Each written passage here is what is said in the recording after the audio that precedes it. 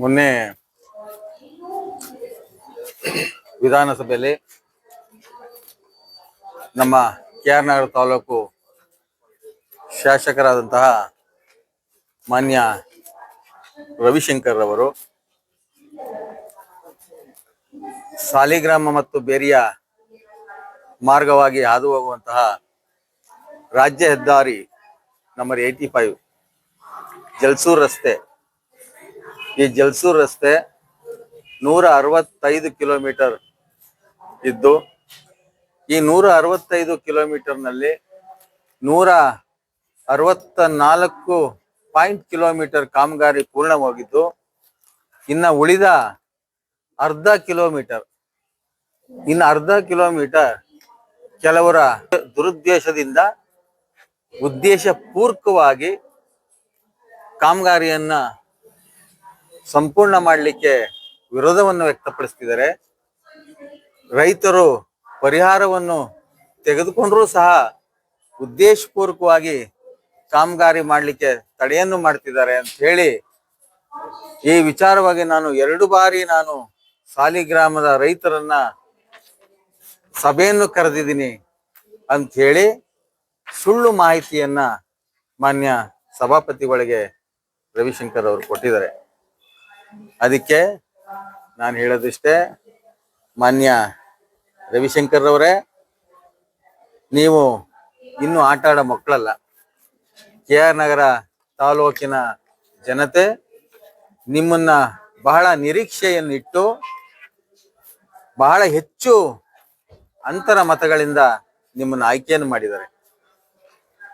ನೀವು ಇದನ್ನ ಮರೆತು ಸಾಲಿಗ್ರಾಮ ಕೆ.ಆರ್. ನಗರ ತಾಲೂಕಿನ ಸಮಸ್ಯೆಗಳು ಬೇಕಾದಷ್ಟು ಹಾಸಿ ಒದುಕೊಳ್ಳುವಷ್ಟು ಸಮಸ್ಯೆಗಳು ಇದ್ರೂ ಸಹ ಆ ಸಮಸ್ಯೆಗಳ ಬಗ್ಗೆ ಯಾವುದೇ ವಿಚಾರವನ್ನು ನೀವು ವಿಧಾನಸೌಧದಲ್ಲಿ ಮಾತಾಡದೆ ಕೇವಲ ರಸ್ತೆಯ ವಿಚಾರವಾಗಿ ಕಾಮಗಾರಿಯನ್ನ ತಡಿತಿದ್ದಾರೆ ಎನ್ನುವ ಒಂದು ಸುಳ್ಳು ಆಪಾದನೆಯನ್ನು ನೀವು ಅಂತ ಪವಿತ್ರವಾದ ವಿಧಾನಸೌಧದಲ್ಲಿ ನೀವು ಮಾತಾಡ್ಲಿಕ್ಕೆ ನೀವು ಹೋಗಿದ್ರಲ್ಲ, ನಿಮ್ಮ ಜನ್ಮಕ್ಕೆ ನಾಚಿಕೆ ಆಗೋದಿಲ್ವಾ? ನಿಮಗೆ ಸ್ವಲ್ಪನೂ ಪ್ರಜ್ಞೆ ಇಲ್ವಾ? ನಿಮ್ಗೆ ಏನಾದ್ರೂ ತಿಳುವಳಿಕೆ ಕೊರತೆ ಏನಾದ್ರು ಇದೆಯಾ? ಯಾರು ನಿಮಗೆ ಕಾಮಗಾರಿಯನ್ನ ತಡಿತಿದ್ದಾರೆ?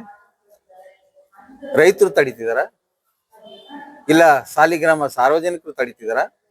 ಯಾರು ತಡಿತಿದ್ದಾರೆ? ನಿಮ್ಮದೇ ಪಕ್ಷದ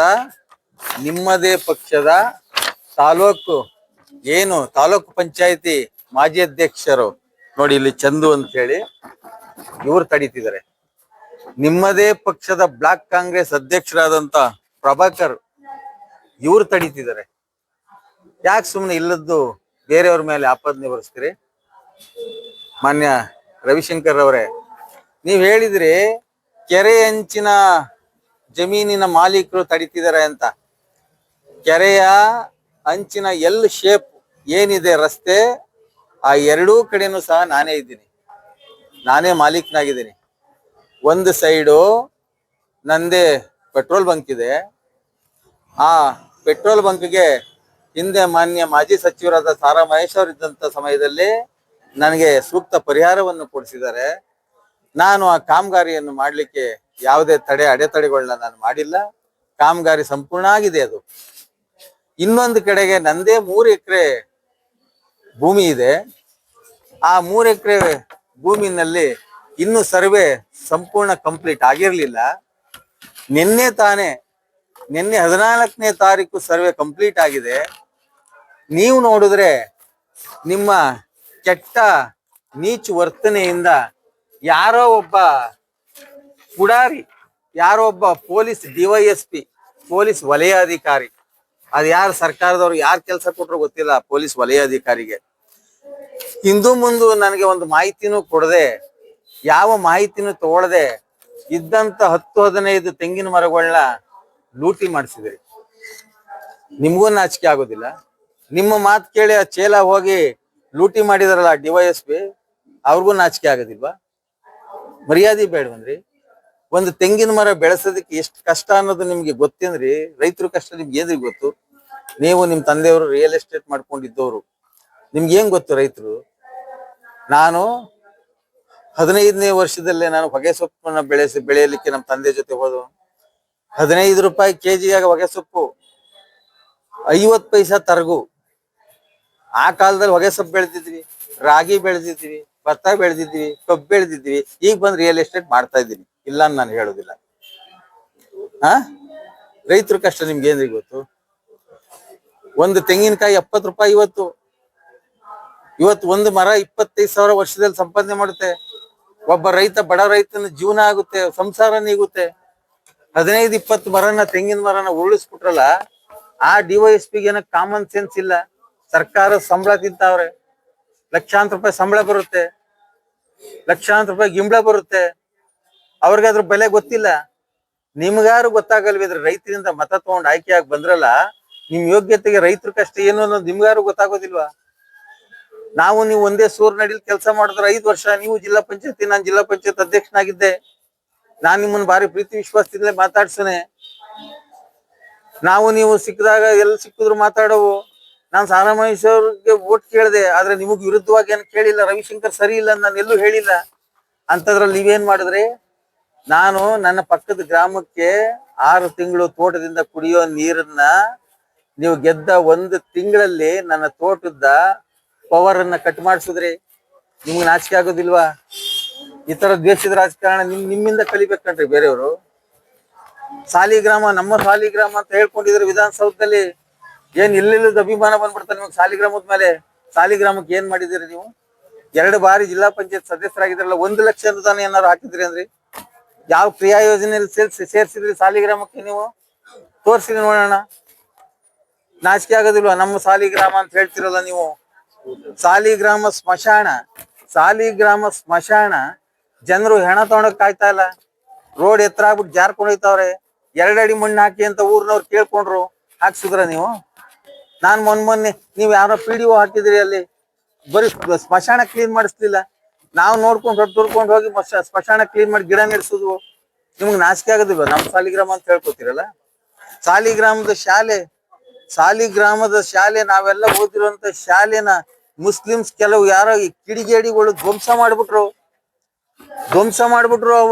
ಅವರ ಮನೆ ಕಟ್ಕೊಳ್ಲಿಕ್ಕೆ ಏನು ಪ್ರಾಪರ್ಟಿ ತಗೊಂಡೋಗ್ ಸಲುವಾಗಿ ರಸ್ತೆ ಮಾಡ್ಕೊಂಡ್ಬಿಟ್ರು ಸಾಲಿಗ್ರಾಮ ಶಾಲೆನ. ನೀವೇನಾರು ವಿಧಾನಸೌಧದಲ್ಲಿ ವಿಚಾರವಾಗಿ ಮಾತಾಡಿದ್ರಿ ಅಂದ್ರೆ ಈ ಜನ್ಮದಲ್ಲೆಲ್ಲ ಓಟ್ ತಗೊಂಬೇಕಾ? ಬೇಡ ಬಿಡ್ರಿ, ರೋಡ್ ಪಟ್ಟೇನಾಗಬೇಕು. ಇವಾಗ ಸರ್ಕಾರಿ ಶಾಲೆ ಧ್ವಂಸ ಮಾಡೋರೆ, ನಾಳೆ ನಿಮ್ಮನೆ ಧ್ವಂಸ ಮಾಡ್ತಾರೆ. ನಿಮ್ಗೆ ನಾಚಿಕೆ ಆಗೋದಿಲ್ವಾ? ಸಾರಾಮಹೇಶ್ವರು ಕೋಟಿ ಅನುದಾನ ತಂದು ಚುನಾವಣೆ ಟೈಮಲ್ಲಿ ಕೆಲ ಕಾಮಗಾರಿಗಳು ಅರ್ಧಕ್ಕೆ ನಿಂತೋದು. ನೀವೇನಾರು ಒಂದು ಕಾಮಗಾರಿ ಏನಾರು ಮುಂದುವರ್ಸುದ್ರಿ ಅಂದ್ರಿ? ಸಾಲಿಗ್ರಾಮದ ದೇವಸ್ಥಾನ ಅರ್ಧಕ್ಕೆ ನಿಂತು ಹೋಗಿದೆ, ಮುಂದುವರ್ಸುದ್ರಿ ಅಂದ್ರಿ? KR ನಗರ ಎಡತೋರೆ ದೇವಸ್ಥಾನ ಅರ್ಧಕ್ಕೆ ನಿಂತು ಹೋಗಿದೆ, ನೀವು ಮುಂದುವರ್ಸುದ್ರಿ ಅಂದ್ರಿ? ಈಗ ಇಲ್ಲುದು ನಿಮ್ಗೆ ಸಾಲಿಗ್ರಾಮದ ಮೇಲೆ ನಿಮ್ಗೆ ಅನುಕಂಪ ಬಂದ್ಬಿಟ್ಟೈತೆ. ಮುಂದಾದ್ರೂ ಮಾನ್ಯ ರವಿಶಂಕರ್ ಅವರೇ, ನಿಮ್ಗೆ ಜನ ಪವಿತ್ರವಾದ ಓಟನ್ನ ನಿಮ್ಗೆ ಕೊಟ್ಟಿದ್ದಾರೆ. ಬಹಳ ಭರವಸೆ ಇಟ್ಟು ನಿಮ್ಮನ್ನ ಆಯ್ಕೆ ಮಾಡಿ ಕಳಿಸಿದ್ದಾರೆ. ದಯವಿಟ್ಟು ಮುಂದಾದ್ರೂ ನೀವು ಇಂಥ ವಿಧಾನಸೌಧದಲ್ಲಿ, ಅಂತ ದೇವಸ್ಥಾನದಲ್ಲಿ ಇಲ್ಲದ ಸುಳ್ಳು ಮಾತುಗಳನ್ನ ಹೇಳೋದನ್ನ ಬಿಟ್ಟು, ತಾಲೂಕಿನ ಒಳೆತಿಗಾಗಿ, ತಾಲೂಕಿನ ಜನಗಳ ಒಂದು ಏನು ಕಷ್ಟ ಸುಖದ ವಿಚಾರವಾಗಿ ವಿಧಾನಸೌಧದಲ್ಲಿ ಮಾತಾಡಿ ಜನಗಳಿಗೆ ಸ್ಪಂದಿಸಿ. ದ್ವೇಷದ ರಾಜಕಾರಣ ಮಾಡಬೇಡಿ. ಹಿಂದೆ ಇಲ್ಲಿ ವಿಧಾನಸೌಧದಲ್ಲಿ ಕಾಮಗಾರಿ ತಡೀತಾರೆ ಅಂತೀರಿ, ಅದೇ ನಿಮ್ಮದೇ ಪಕ್ಷದವ್ರನ್ನ ಕಳಿಸಿ ಅಲ್ಲಿ ಕಾಮಗಾರಿನ ನಿಲ್ಲಿಸ್ತೀರಿ. ಇದು ಯಾರ ಉದ್ದೇಶ? ನಿಮ್ಮದೇ ಉದ್ದೇಶ. ಏನು ಉದ್ದೇಶ? ಸಾಲಿಗ್ರಾಮ ಅಭಿವೃದ್ಧಿ ಆಗಬಾರ್ದು ಅನ್ನೋದೇ ನಿಮ್ ಉದ್ದೇಶ. ಇದನ್ನು ಬಿಟ್ಟು ದಯಮಾಡಿ ಮುಂದಾದ್ರೂ ಎಚ್ಚೆತ್ಕೊಂಡು ಆಗುವಂತ ಒಳ್ಳೆ ಕೆಲಸಕ್ಕೆ ಎಲ್ರಿಗೂ, ರೈತರಿಗೆ ಸ್ಪಂದಿಸಿ ಪರಿಹಾರವನ್ನು ಕೊಡಿಸಿ ರಸ್ತೆಯನ್ನು ಅಭಿವೃದ್ಧಿ ಮಾಡ್ಲಿಕ್ಕೆ ಸಹಕಾರ ಮಾಡಿ ಅಂತ ಹೇಳಿ ರವಿಶಂಕರ್ ಮಾತು.